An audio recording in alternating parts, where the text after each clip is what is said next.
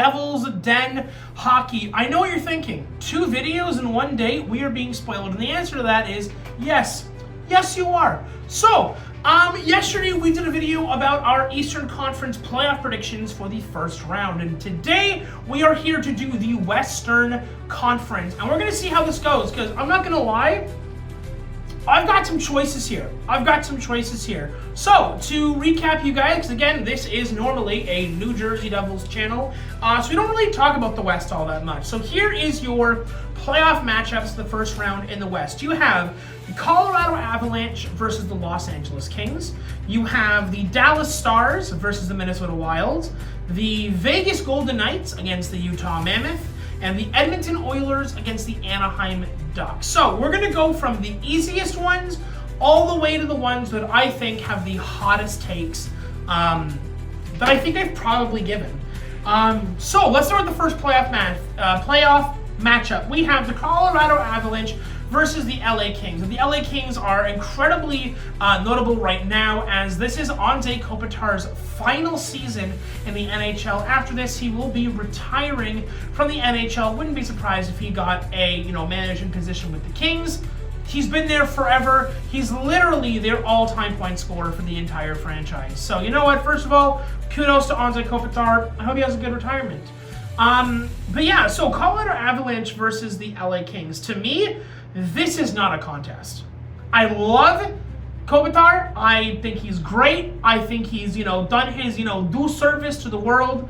But this is not a contest. The Colorado Avalanche are a one-man wrecking machine in the NHL right now. They won the President's Trophy for the most amount of points in the NHL at the end of the season. They finished the season with 121 points. That is literally 9 points ahead of the second place person. So they put almost double digits in front of them. They finished the season with 55 wins, 16 losses, and 11 overtime losses for a win percentage of .738. And they had a goal differential of, put your socks on for this, plus 99. 99 more goals scored than were let in for the Colorado Avalanche. They are a wrecking machine, and they are obviously the favorite to win the Stanley Cup this year. So, what's my prediction for this? LA is a much slower, much older team with not as good goaltending. In my opinion, this is a clean sweep. This is Colorado in 4. And I understand a lot of people are going to say, but what about the President's Trophy curse? It seems like every first-place team that enters the playoffs gets knocked off in the first or second round. And I understand those feelings. But there is no way in hell the LA Kings beat Colorado. You can hold me to that. You can clip this, you can, bookmark it, whatever you gotta do. Colorado is not losing to LA. It's just not happening. So, clean sweep 4-0. So, that's our first series, okay? Plus, Nathan MacKinnon is a beast. Like, Nathan MacKinnon will probably, even if Colorado won't do well, will, take the Colorado Avalanche and put them, on his shoulder, like Jesus carrying the cross, and haul their asses to the finish line. It's Nathan MacKinnon, for goodness sake. All right, second matchup. We have the Dallas Stars versus the Minnesota Wild. Now, these two are no strangers to each other, and it feels like every single year, Minnesota gets stuck with either Dallas or Colorado. And usually, whoever wins this series ends up in the Western Conference Final, or the Stanley Cup Final, for that matter. So, traditionally, Dallas has basically done what they will with Minnesota. And Minnesota, as far as I'm concerned, is the Toronto Maple Leafs of the Western Conference, in that every single time they make the playoffs, they get knocked out in either the first round or inevitably get dismantled in the second round, and they don't manage to make it any further. But let me tell you this, the Minnesota Wild, from years past, did not have Quinn Hughes, and did not have the goaltending that Minnesota had this year. I don't know if you guys have been keeping track. The Minnesota goalie tandem is some of the best in the NHL. Their goalie tandem is crazy. In fact, let me pull up Minnesota's goalie numbers, okay? Let me just Let me just pull up their roster here for a second, okay? Let me pull this up because I have my laptop in front of me. Can I just get the stats, please? Yeah, Minnesota's goaltending is crazy. I think it's like Gustafsson or Gustav. I don't know how to pronounce his name.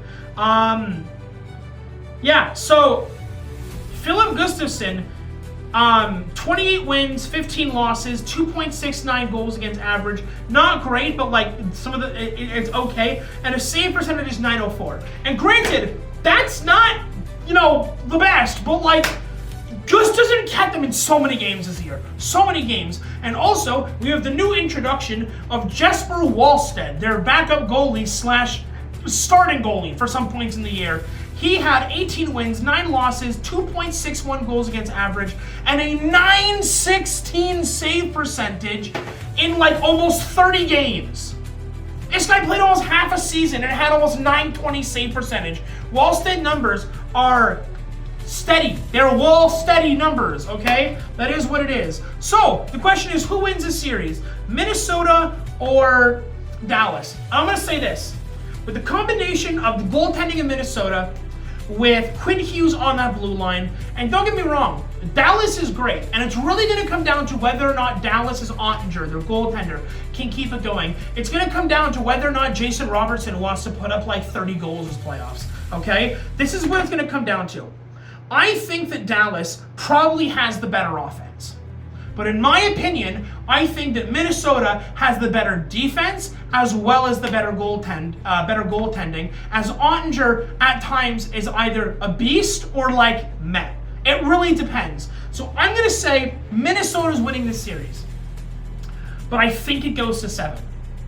I think you're going to see some games where Minnesota puts up an absolute clinic, and you can't count out Kaprizov. You can't count out the $14 million man, okay? You don't do that unless you want to lose, okay? So I think Minnesota wins this series, but I think it goes to 7. That's my take. That's my position, okay? On to the next series. So Vegas Golden Knights versus the Utah Mammoth. Now, this is the Utah Mammoth's first full season in the NHL, and I understand, but they were in the NHL before, but they were the Arizona Coyotes. Don't care. It's the Utah Mammoth, first season in the NHL. Let's run it down. So, let's take a look at these guys' finishing numbers, okay? Vegas finished the season with a 39-26-17 record for 95 points. The Utah Mammoth finished the year with 43 wins, 33 losses, and 6 overtime losses to give them 92 points. So these guys finished 3 points of each other. Vegas with 95 points and Utah with 92. Now granted, the Pacific Division is one of the weakest divisions in the league, bar none. It really is. And Vegas, Edmonton, and Anaheim being able to get into the playoffs despite having barely over 90 points this season is an absolute miracle that, let's be honest, they wouldn't have made it in the playoffs if they played in the East. Let's just be real about that. Or hell, if they even played in the Central Division with Colorado, Dallas, and Minnesota, all who finished with above 100 points. So, let's take a look at the wins. Vegas finished the year with 39 wins, so they didn't even win half their games this year. But because they had 17 overtime points, they managed to get in. Anaheim, on the other hand, had 43 wins and only 6 overtime losses. So if you ask me, who is the more consistent team at winning a series? Oh, I'm sorry. I was incorrect. I read the wrong numbers. I was reading Anaheim's numbers. Utah finished 43 wins, 33 losses, 6 overtime losses, 92 points. So almost literally the exact same as Anaheim. I take it back. We're fine. If we're looking at the more consistent team, Utah managed to win more games this year. Full stop. They won more games this year, okay? And they finished 3 points of Vegas, but again, because Vegas managed to lose in overtime. But when it comes to playoffs, Vegas doesn't get a win for losing in overtime. If you lose in overtime, you still lose the game. Now, here's the strengths, okay? Here are the strengths that I think that both teams have. First of all, the Vegas Golden Knights with Jack Eichel, Mitch Marner, Mark Stone, and Dorofeyev are a absolute unit. They are a force to be reckoned with, okay? And I think they are phenomenal. Now, granted, Marner is a little bit off step. Marner gets traded from the Leafs to Vegas. He goes from 100 points to about 80 points this year. Again, still not bad. That's almost a point per game this year, right? But here's the thing. Their goaltending, Vegas's goaltending, was not good this year. It just wasn't. They've got Akira Schmid, and they've got, I don't even know who the other Vegas goaltender is at this point. And it doesn't really matter because both their numbers were sub 900 save percentage. They were posting Jacob Markstrom level numbers. Their goaltending is not great. And granted, Vegas will beat you down with those heavy Western hitters, but Utah's goaltending is better. Now granted, Utah's forwards are weaker than Vegas is. So here's my official take. The Vegas versus Utah, I think Vegas wins this. And I think they win it in 5. Here's why. Despite the fact that Vegas does not have very good goaltending, I think that the forward force, the power, the pure talent that Vegas has, I think is going to overwhelm Utah. And it's not to say that Utah's goaltender is bad and is going to get easily overwhelmed. They have, what's his name, Vajimelka, I can't pronounce his name. I hate some of these names because I can never ever pronounce them properly. He's underrated. He's criminally underrated in the league, and I think he's actually not a half bad goaltender. But like, I don't want to be the Utah goaltender when Vegas sets up a power play and it's Jack Eichel, Dorofeyev, Mitch Marner, Mark Stone, and then like one other dude. That is a terrifying power play. And granted, Utah has guys like Logan Cooley and what's his face? I can see him in my mind's eye, but I can't remember what his name is. Utah has good forwards. I just think Utah's going to be able. I just think that Vegas is going to be able to like pin them to the ground and just suffocate them in offense. So I'm going to say Vegas in 5. So we've got Colorado versus the Kings in 4, Dallas versus Minnesota in 7, Vegas versus Utah in 5, and now we come to the last but not least, the final series in the West, the Edmonton Oilers, the 2-time Stanley Cup finalists, right? Made it all the way to the Cup final with Connor McJesus against the Anaheim Ducks. This series is the one I have my eye on in the West. So here's Edmonton's numbers. Edmonton won 41 games this year. Anaheim won 43. Edmonton lost 30 games this year. Anaheim lost 33. Edmonton had 11 overtime losses. Anaheim had 6. Edmonton had 93 points. Anaheim has 92. They're pretty even. The goal differential for Edmonton is a plus 13. The goal differential for Anaheim is negative 50. So there's almost a 30 goal difference. Here's my thing. Take the Edmonton Oilers and take Connor McDavid and remove him. Take Connor McDavid out of the equation. Tell me their stats would be better. Tell me their stats would be the same. They wouldn't be. It wouldn't be. They wouldn't even make the playoffs. I guarantee you they wouldn't make the playoffs.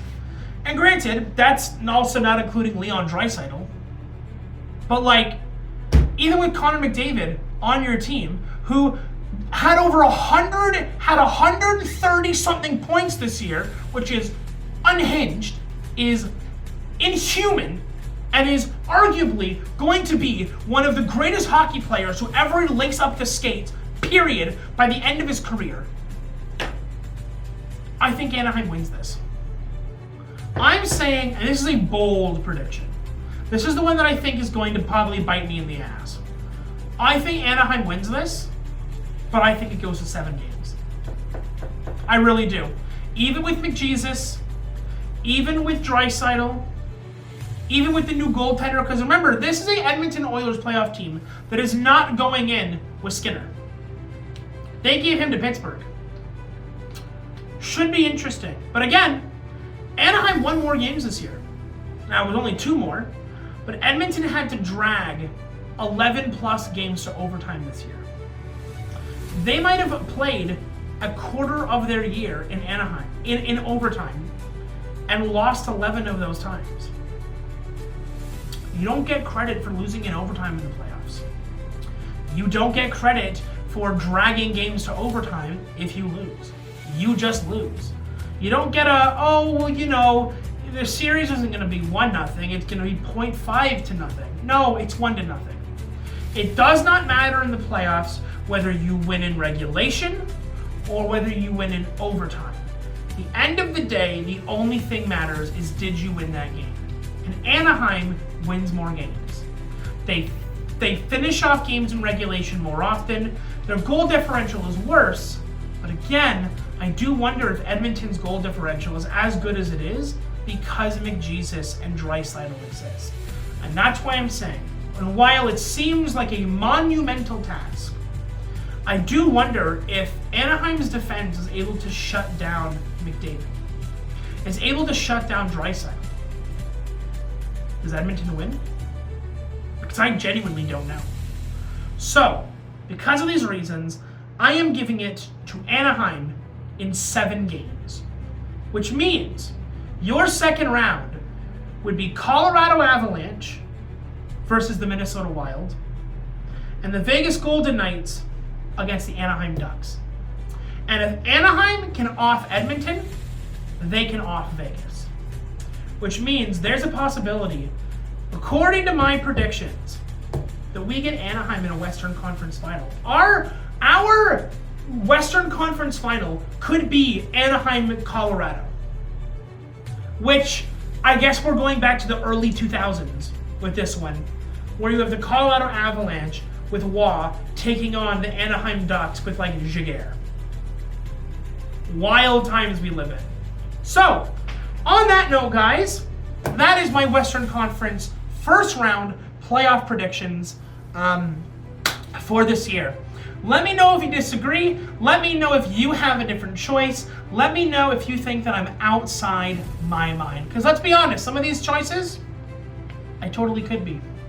On that note, guys, take it easy, and I will see you in the next one. Adios.